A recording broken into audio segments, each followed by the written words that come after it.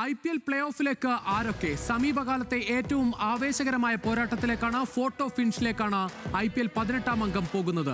ജയവും തോൽവിയും മാത്രമല്ല, net run rate, play off spot തീരുമാനിക്കുന്ന നിലയിലേക്ക് എത്തിയിരിക്കുന്നു കാര്യങ്ങൾ. 9-ാം റൗണ്ട് മത്സരങ്ങൾ മുന്നേറുമ്പോൾ 12 പോയിന്റുള്ള 3 ടീമുകളും 10 പോയിന്റ് നേടിയ 3 ടീമുകളും പ്രതീക്ഷ ശക്തമാക്കി പട്ടികയിൽ മുന്നിലുണ്ട്.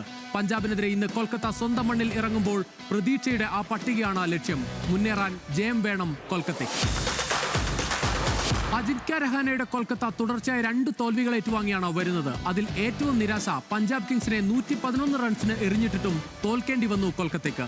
പെരുമക്കേട്ട ബാറ്റിംഗ് നിരയിൽ 8 പേർ രണ്ടക്കം കാണാതെ നിരാശപ്പെടുത്തിയപ്പോൾ പഞ്ചാബിന്റെ 111 റൺസ് ചേസ് ചെയ്ത കൊൽക്കത്ത 95 റൺസിൽ പുറത്തായി. ഈ IPL-ലെ ഏറ്റവും കുറഞ്ഞ സ്കോർ.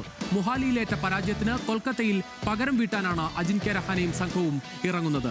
ടീം ഗെയിമിന്റെ മറുപേരാണ് കൊൽക്കത്ത. ഏതെങ്കിലും ഒരു താരത്തെ അമിതമായി ആശ്രയിക്കുകയല്ല, ഒന്നിച്ചുള്ള പ്രകടനമാണ് ടീമിന്റെ കരുത്ത്.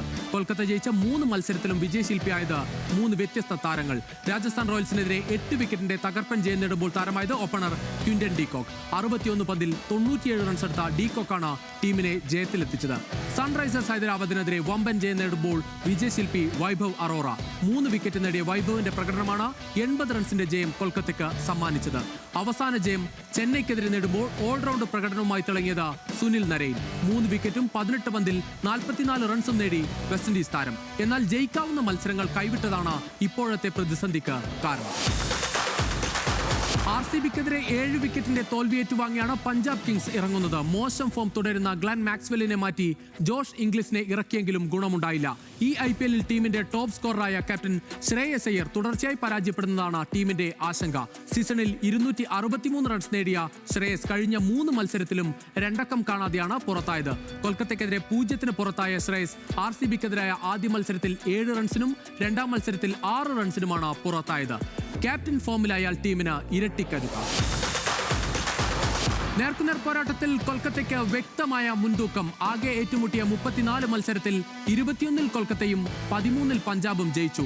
പക്ഷേ അവസാനം ഏറ്റുമുട്ടിയ 2 കളിയിലും കൊൽക്കത്തയെ തോൽപ്പിക്കാനായി പഞ്ചാബിനെന്നത് ശ്രദ്ധേയം. കഴിഞ്ഞ വർഷം ഏറ്റുമുട്ടിയപ്പോഴും ഈ വർഷം ആദ്യം എതിരാളികളായെത്തിയപ്പോഴും കൊൽക്കത്തയെ തോൽപ്പിക്കാനായി പഞ്ചാബ് കിങ്സ്.